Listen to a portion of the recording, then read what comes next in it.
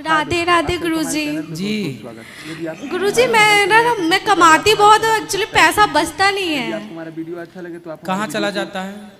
जैसे कि मेरा काम आया, पैसे भी आए, वैसे ही मेरे घर में दुविधा आ जाते हैं। घर में कोई या बीमार पड़ जाएगा, एक्सीडेंट हो जाएगा, कोई ना कोई मतलब कि परेशानी आ जाता, फिर उसमें पैसा लग जाता है। कितना कमाते हो आप? मेरा जैसे कि पार्लर का मैं करती हूँ तो कोई वो नहीं, कैसे 30, 10, 15 एक दिन में मेरा हो जाता है। बट जैसे मैं कमाऊंगी वैसे 15,000 रुपए दिन कमाते हो आप? एक दिन में मेरा हो जाता है, 20 भी हो जाता है, बट तुरंत 20,000 रुपए खत्म। दिन कमाती हो आप? मेरा तुरंत खत्म भी तो हो जाता है ना। जैसे कि पार्लर का मैं करती हूँ तो काहे इतना पैसा काहे लेती हो पार्लर वालों से, मतलब मेकअप करने का? नहीं थोड़ा गुरुजी, हिसाब से जो उचित है वो लिया करो ना, ठगती क्यों हो? गुरुजी जिस हिसाब से वो लोगों का डिमांड रहता है, मैं 24 घंटा खड़े होके मेकअप करूंगी, बहुत सारे, एक लोगों को तो करना नहीं रहता है। क्या कहते हैं, कुछ क्या कहते हैं, ठीक है। ईमानदारी से कमाओगे तो पैसा रुकेगा। ईमानदारी से तुम ही काम कमाते करती हैं। होगी 500 का और लेती होगी 5,000। ऐसा तो कुछ नहीं है गुरुजी, मान लीजिए एक लड़की है, तो ईमानदारी से करोगी तो ना, फिर एक तभी लोग का पैसा नहीं टिकेगा। करते ना गुरुजी, जैसे कि 2, 3, 15, 20 एक दिन में, जैसे कि बहुत सारे लोग आते हैं। अच्छा, उस भगवान हिसाब करे से। आपका खूब बिजनेस ये चले, बढ़िया है। और गुरुजी मैं ना गैया पाले थे, बहुत पहले गैया रखे थे। तो मुसलमान, मैं एक्चुअली जिस मोहल्ले में रहती हूँ ना, एक ही हिंदू हूँ, बाकी सब मुसलमान हैं। तो गैया टिकी नहीं, तीनों के तीनों मर गई। क्यों? अंक बनता है, अंक अब तो नहीं पता क्यों, क्योंकि मरते दम तो उसका मैं दवाई भी कराई, बहुत कोशिश की कि बच जा, बहुत, चलो अच्छा फिर है। भी नहीं बच पाए। आप गौ माता की सेवा करते हैं, बहुत अच्छी बात है। आपने प्रश्न किया कि पैसा नहीं बचता, आप ऐसा किया करो कि पैसा जितना भी कमाया करो अंगों के समूह उसमें से कुछ हिस्सा शरीर किसे कहते हैं, शरीर पैसे से समाज की सेवा में लगाया करो। जब हम धन कमाते हैं तो वो कमाया हुआ धन अशुद्ध होता है, समझा दिया। पता नहीं कौन किस तरह से लाके आपको दे रहा है, फिर उसे शुद्ध करना पड़ता है। कैसे शुद्ध? जैसे हम इनकम जो भी कमाते हैं ना, तो सरकार को टैक्स देना पड़ता है, जिसको इनकम टैक्स बोलते हैं। यदि टैक्स दिया हमने 100 रुपए में 30 रुपए टैक्स देना पड़ता है भारत में, 30% टैक्स है। यदि 30 रुपए आपने दिए तो वो 70 रुपए आपके 1 नंबर के हो जाते हैं। उसी प्रकार जो भी आप कमाया करो उसमें से 5%, सरकार तो 30% लेती है, पर 5% आप समाज की सेवा में, परोपकार में खर्च करोगी तो आपका पैसा टिकना स्टार्ट हो जाएगा। जब हम धन को धर्म से जोड़ते हैं तो वो पैसा पवित्र हो जाता, शुद्ध हो जाता, और शुद्ध पैसा फिर हमें फलता है। अब उसके चक्कर में 5% ना निकालने के चक्कर में पूरा चला जा रहा है। तो समाज की सेवा कीजिए। पैसे कमाते हो, 20,000 रुपए कमा रही हो आप, मतलब बहुत अच्छा कमा रही हो, बहुत अच्छा है आपका काम, लेकिन उससे कुछ समाज की सेवा करो। गुरुजी पितृदोष बच्चों को लगता है, जैसे कि हमारे दादाजी डेट कर गए थे, तो कोई पंडित जी से हम लोग दिखाए तो बोलते हैं कि पितृदोष लग गया है। तो पितरों के लिए भागवत जी का पाठ करा लो, वहाँ जाके श्राद्ध कर लो, पिंडदान कर लो गया जी, इससे पितृदोष से निवृत्ति भी हो जाती है। राधे राधे गुरुजी। खुश रहिए। राधे राधे गुरुजी। हम इन्हीं की मम्मी हैं, कमाती है उतना, खर्च भी करती है उसी हिसाब से। पिछले महीने काटू शाम से, कौन सा काटू श्याम से, खाटू शाम, सॉरी खाटू, जल्दी में थोड़ा मिस्टेक हो गया। 5 लोगों को दर्शन कराई थी, वहाँ से लेकर वृंदावन ले आई थी पिछले महीना 14 फरवरी को। फिर इसी महीने हम लोग 13 फरवरी या 12 फरवरी को फिर आए, खाटू शाम गए, फिर जो हनुमान जी हैं वहाँ भी गए, फिर यहाँ आए। ये अपने पैसे को सदुपयोग करती है।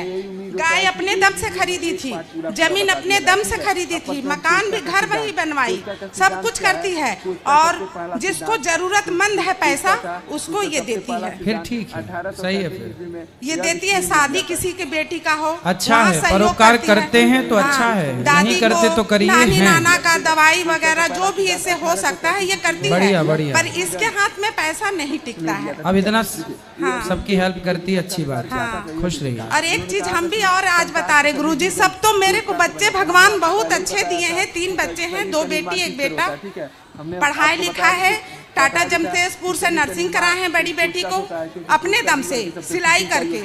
फिर उसके बाद घर समर्थ नहीं है, मेरे जो हस्बैंड हैं कभी किसी चीज से हेल्प सहयोग नहीं करते हैं, फिर भी मेरे राधा रानी की इतनी कृपा है, इतनी कृपा है कि हम कुछ कह नहीं सकते। अच्छा बच्चे 2 राधा रानी हमको दिए हैं और 1 लड्डू गोपाल दिए हैं।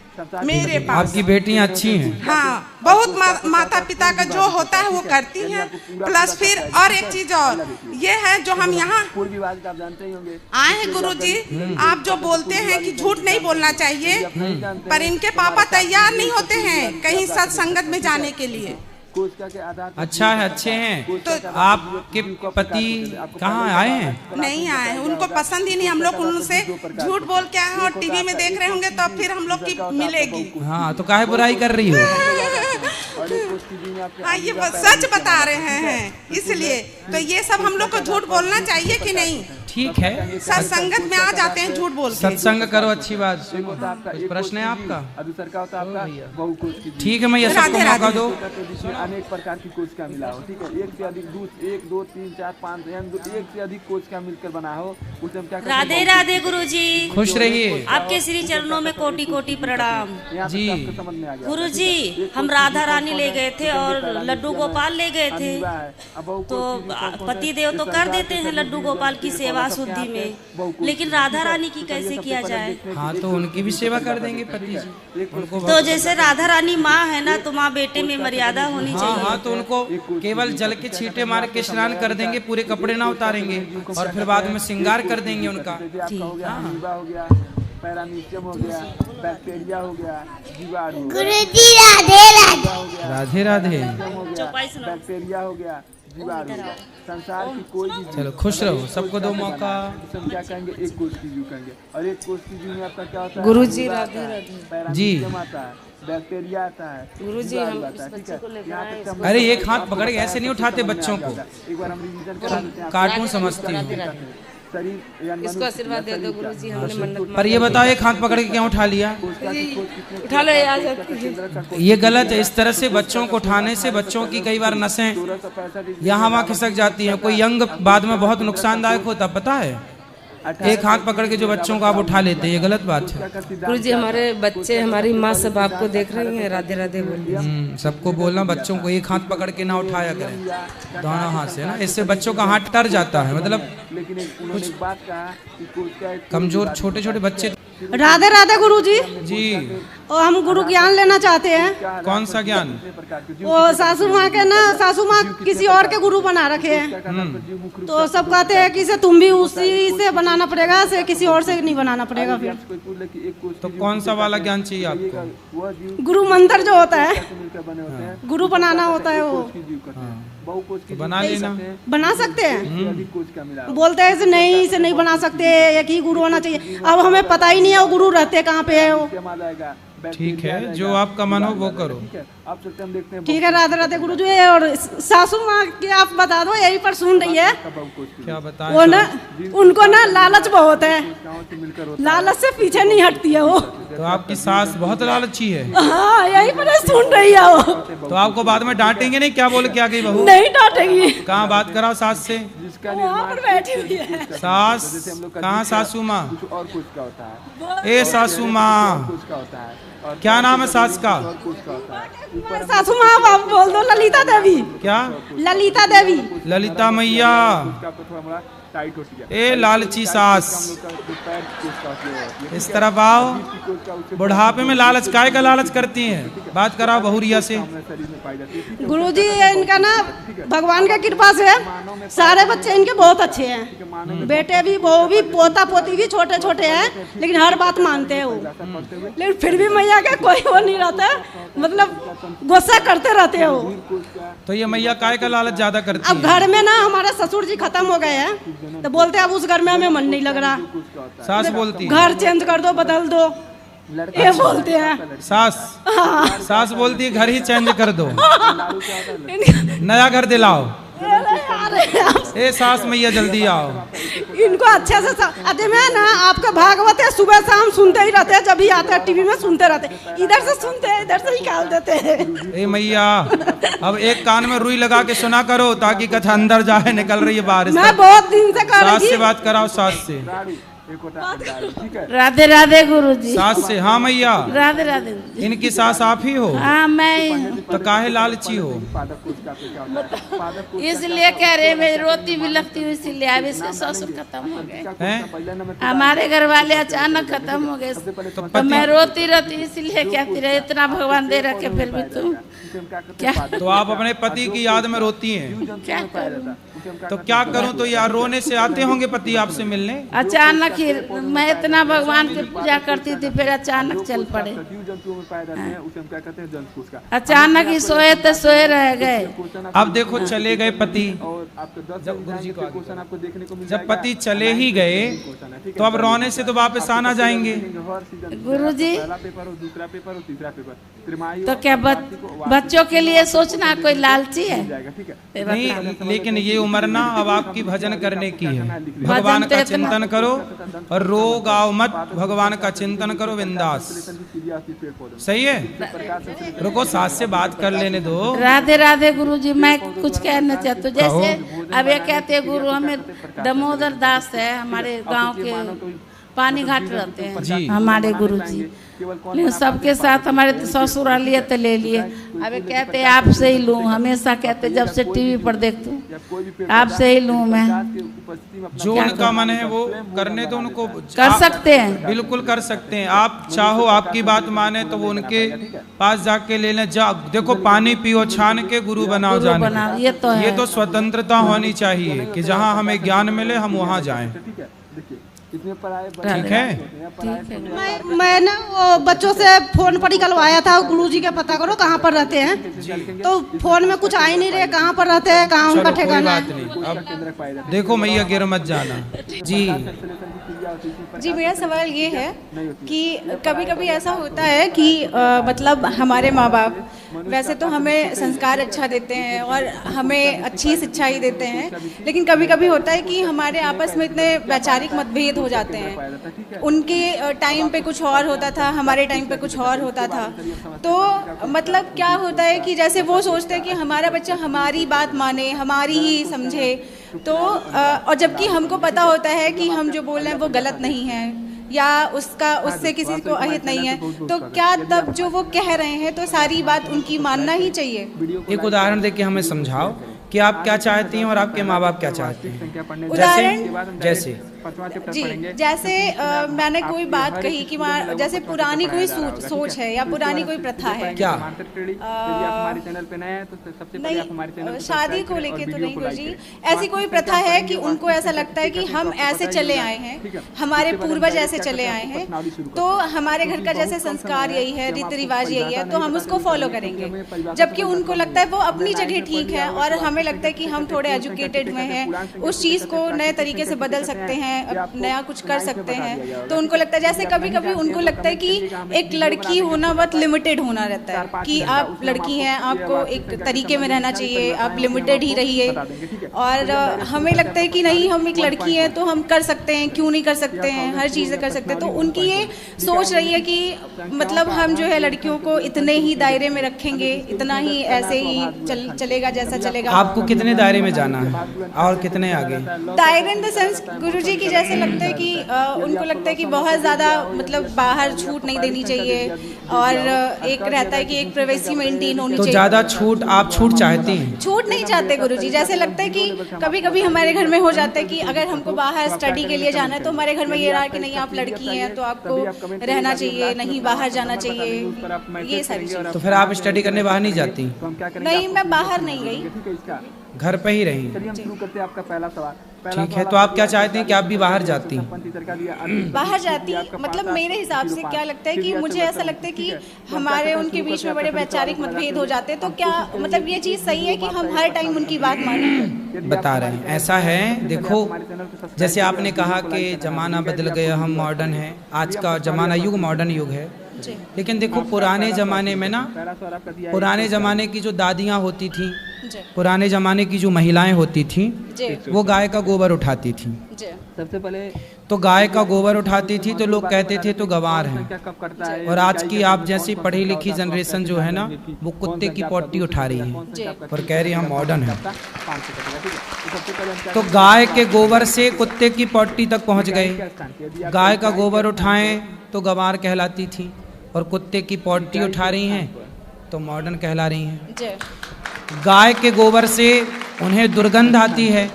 यदि आपका जीरो हो, अभी एक नेताजी ने भी बयान दिया कि गाय के गोबर में गौशालाओं से दुर्गंध आती है, गाय से उन्हें दुर्गंध आती है, जबकि बिल्ली की पॉटी की कॉफी पीना उनके लिए बहुत मॉडर्न है ये। तो आपकी माँ कहती है बेटा वहाँ मत जाओ, वहाँ मत जाओ, बहुत ज्यादा आपकी माँ ना बहुत समझदार है। अभी एक लड़की ने, आपने देखा मेरठ के अंदर, वो तो लड़की बहुत खुली दिल की थी, खुली दिमाग की थी, मॉडर्न थी, बोलो हाँ। लेकिन उस मॉडर्न लड़की ने अपने पति को काट काट के ड्रम के अंदर पैक कर दिया कि नहीं? ये आज़ादी है। जितना भी संख्या दिया हो, कुल संख्याओं को आज़ादी ना पुरुषों को मिलनी चाहिए ज़रूरत से ज़्यादा, ना स्त्रियों को मिलनी चाहिए ज़रूरत से ज़्यादा। पतंग जो होती है ना आकाश में उड़ती है, लेकिन वो पतंग एक धागे से बंधी रहती है। यदि वो धागा टूट जाए या कट जाए तो पतंग आकाश में जहाँ थी वहाँ रह सकेगी? गिर जाएगी। आप यदि बेटा सुरक्षित हो, सुखी हो, तो बस आपकी जो माँ बार बार आपको रोकती टोकती है, उसका रोकना टोकना ही आपको आगे बढ़ाने में सहयोग कर रही है। वो रोक टोक जरूरी है। माँ बाप की रोक टोक खत्म हो जाएगी। सूप न खा को कोई रोकने वाला नहीं था। आजकल जिस लड़की को रोकने वाला कोई नहीं है, और लड़की यदि ना रुके माँ बाप के रोकने से, तो देख लेना वो सूप न खा बन के ही लौटेगी। इसलिए बेटा रोक टोक जरूरी है। हाँ, अब बात करते हैं थोड़ी और। कुछ बातें ऐसी होती हैं कि माँ बाप पुराने रीति रिवाज को फॉलो करते हैं, ठीक है, माँ बाप की वो बात मान लेनी चाहिए जो अच्छी है। जैसे कि एक छोटा आपसे मैंने पूछा, जैसे उदाहरण दो, आप उदाहरण नहीं दे पाई, पर मैं एक उदाहरण देता हूँ। जैसे आप लड़की हैं, आप कहती हैं कि मैं व्यापार करूंगी, पर आपकी माँ कहती है नहीं तू व्यापार मत कर, तू नौकरी कर ले, फॉर एग्जाम्पल। तो यहाँ पर माँ क्या चाहती है, बाप क्या चाहता है कि नौकरी करोगे तो सेफ है, जाना है आना है, टाइम से महीने की 1 तारीख में पैसा आ जाएगा। अब व्यापार करोगी तो भागना पड़ेगा, घूमना पड़ेगा, पसीना बहाना पड़ेगा, ज्यादा स्ट्रगल है। तो माँ बाप क्या चाहते हैं अपने बच्चों को, मेरा बेटा नौकरी करे। लेकिन जब बच्चा कहता कि नहीं मैं नौकरी नहीं करूंगा, मैं बिजनेस करूंगा, तो माँ बाप बिजनेस की परिभाषा नहीं समझ पाते, वो नौकरी की परिभाषा जल्दी से जान जाते हैं। तो माँ बाप यहाँ पर इस बात के लिए गलत हो जाते हैं कि वो बच्चों को नौकरी करने के लिए पीछे पड़ जाते हैं, जबकि नौकरी नौकर है, बिजनेस मालिक है। जो बिजनेस करता है वो बड़ा होता है, जो नौकरी करता है वो छोटा होता है। तो आप यदि बिजनेस करना चाहती हैं और आपकी माँ यदि आपको नौकरी के लिए प्रेरित कर रही है, तो आपकी माँ तब गलत है, उस समय आप सही है। लेकिन आपकी पुरानी परम माँ कह रही है बेटा वहाँ मत जाओ, बेटा ये मत खाओ, इसका मतलब माँ सही है, आप वहाँ मत जाओ, वहाँ मत जाओ, इसलिए क्योंकि माँ जानती है कि लड़की वहाँ जाती है तो कैसी बन के आती है, क्योंकि उसे अनुभव है। आजकल लड़कियां, आप तो लड़की हो, आप बताओ, आजकल लड़कियां पढ़ने जाती हैं, पढ़ाई बुराई नहीं है, देश के बाहर भी जाती हैं और भारत के भी कोने कोने में जाती हैं, पर ये बताओ आजकल लड़कियां अपने माँ बाप को धोखा दे रही हैं कि नहीं? आपसे सवाल। बिल्कुल, मैंने तो देखा है अपने आसपास। देखा दे रही हैं? तो आपके माँ बाप भी तो ये सब देख रहे होंगे, तो उन्हें भी तो ये डर है कि मेरी बेटी मुझे धोखा ना देने लग जाए। मैंने आजादी और स्वतंत्रता की बात ये इसलिए नहीं की कि मुझे रोक टोक से दिक्कत है, मैंने एक वैचारिक माइक पास वाली में, बात की। माइक पास में। मतलब मैंने रोक टोक से मेरा कोई विरोध नहीं है कि रोक टोक कर रहे हैं, वहाँ न जाओ, ये न जाओ, मतलब मैंने स्वतंत्रता के खिलाफ नहीं वो किया।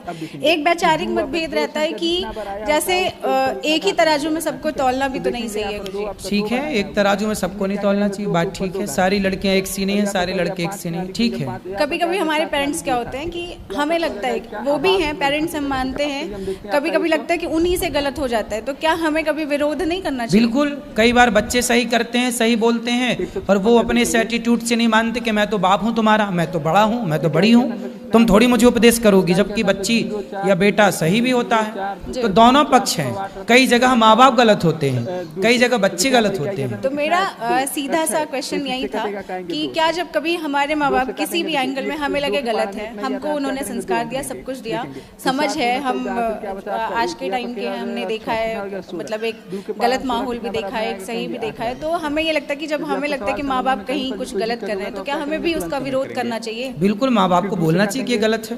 कई टाइम आता है गुरुजी कि सब लोग बोलते हैं घर में ऐसे कि नहीं हम पिता हैं तो उसका विरोध मत करो, कहना नहीं चाहिए, एक दायरा होना चाहिए। नहीं, पिता है तो पिता को कमरे में बता सकते हैं कि पिताजी आप पिता हैं तो गलत है। जैसे प्रहलाद जी के पिता गलत थे, हिरण्यकश्यप बोले कि मैं ही भगवान हूँ, तो प्रहलाद जी ने अपने पिता को बोला कि आप गलत हैं, लेकिन उन्होंने पिता के खिलाफ कोई षड्यंत्र नहीं रचा, वो तो केवल अपने पिता को इग्नोर करके भक्ति की राह पर चलते गए। आप अपने पिता को समझाओ, समझाओ, समझाने से वो समझे तो ठीक है, वरना आप समझा ही सकती हैं और क्या कर सकती हैं। अब वो गलती किस तरह की है, वो तो गलती सुनने से पता लगेगी कि वो गलती किस तरह की है। और जनरल वे में भी हो जाती है कुछ। हाँ, तो फिर उनको समझाया जाए। और हर देखो, हमारे यहाँ कपिल भगवान बेटा है और देवहूति उनकी माँ है, तो पुत्र ने अपनी माँ को उपदेश किया।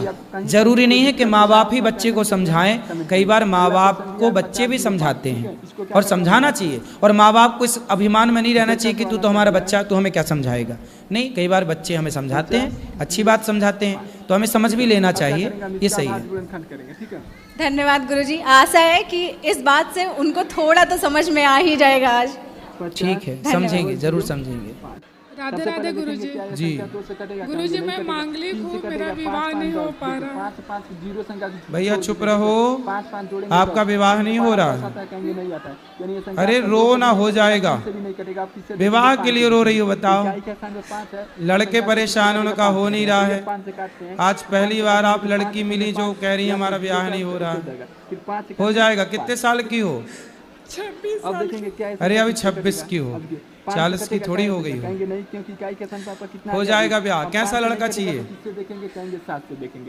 लड़का से भी नहीं हो पा रहा है गुरुजी। मैं मांगलिक हूँ, मैं इसलिए। क्या मांगलिक हूँ? अरे मांगलिक हो तो और अच्छा ना, मंगल ही मंगल है जीवन में, मांगलिक होना ही चाहिए। मांगलिक लोग बहुत अच्छे होते हैं और बहुत उत्तम जीवन जाता है उनका, वही प्लस पॉइंट है, माइनस नहीं है कुछ भी इसमें।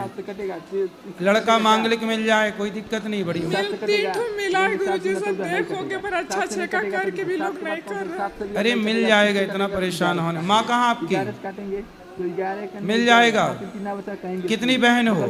2 बहन। छोटी है बड़ी है? छोटी बहन। वो मांगलिक है? नहीं। वो और आपके भाई? भाई हो जाएगा। तो आपको लड़का किस तरह का चाहिए? गुरुजी कैसा भी नहीं हो, सब कट गया, 50 रिश्ते कट गए। क्यों? पता नहीं क्यों गुरुजी। 50 रिश्ते किस मांगलिक के कारण कट गए? मांगलिक तो 4 कट गए, बाकी सब ऐसे नॉर्मल कट गए। किस बात से कट गए? बोले सब हमको पसंद नहीं है और फिर कह रहे हैं कि हमको अच्छा नहीं है, लड़की छोटी सावली है। अरे थोड़ा ज्यादा मेकअप कर लिया करो, क्या दिक्कत है? परेशान ना हो। गुरुजी किसी तरीके से भी नहीं हो पा रहा, घर वाले बहुत परेशान है गुरुजी। हो जाएगा बेटा। पीपल की पूजा करना, सवेरे पीपल को जल चढ़ाना, शाम को दीपक जलाना घी का, 21 दिन तक करना। शुद्धि के बाद से 21 दिन आपका ब्याह के योग जल्दी हो जाएंगे, बहुत जल्दी हो जाएगा। मांगलिक के लिए कोई उपाय बता दीजिए। मांगलिक मिल जाएगा, इसका कोई उपाय करने की जरूरत ही नहीं है गुरुजी। गुरुजी मिल रहा है फिर भी नहीं हो पा रहा है। अब हो जाएगा, कह रहे हैं ना। पीपल की पूजा कर लेना 21 दिन तक। गुरुजी क्या क्या करना पड़ेगा? सवेरे जल चढ़ाना पीपल को और शाम को दीपक जलाना है, और सवेरे जल चढ़ा करके पीपल को परिक्रमा कर लेना 4 परिक्रमा पीपल की सवेरे, और शाम को बस दीपक घी का। हो जाएगी, चिंता ना करो। राधे राधे गुरु जी, मैं आपकी शरणों में आई पहली बार। काटेंगे 7 बार में, ठीक है। 17 7 100 मेरे ठीक है। फिर अब क्या भक्ति करेंगे? ने भजन दे नहीं करन दे, दारू पी में घर में बाप भी बेटा भी काटेंगे तो आपका कितना बचेगा? दोनों। 19 को 19 शाम के टाइम में जोतबाजी टाइम पे कलेश मचाते हैं। हासिल कितना बचा हमें आपका? आप कौन कई बार किशोरपुर से आई हूँ। क्लेश कौन करता है? इधर अपना हासिल होता इधर बता दू क्या कह रही हो मैया, समझ नहीं। पति जी है, पति हैं? और बालक है। पति अच्छे हैं? ये अच्छे ने दारू पीते हैं, वे 2 दिन में 2 हल्ला पी में, हासिल बता इधर हुक्का पीते हैं? बता वो दारू पी में। दारू? हाँ, और बेटा बड़ा बेटा नशा करे है, ऐसे कैप्सूल से दारू को न करे हैं, नशा एतबार के पीते हैं। मैं कहूँ भाई भक्ति के वहाँ में बहन में आजम वो कर धोखा दे मेरे खाने पीने में भी, और मैं आज अपनी शरीर में लगा लो, हमें कुछ नहीं करन दे। उनके हाथ मैंने सब सौंप दिया, 10 12 साल 13 साल है कि मैं सब सौंप दिया उनके हाथ में, कुछ भी नहीं मेरे हाथ में। किसके हाथ में?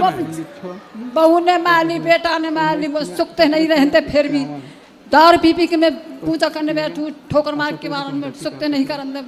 19 टीवी देखूं, त्योहार देखूं, दर्शन करूं, उसे भी नहीं देखन दे। अच्छी चीज में लगे हैं, अच्छी चीज चलो, बुरी चीज कौन नहीं देखने देता? बेटा न देखन दे, बेटा बुरी चीज में रहे। बेटा आया है?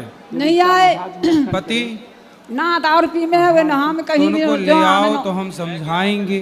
अब लाओगे नहीं तो कैसे समझाएंगे?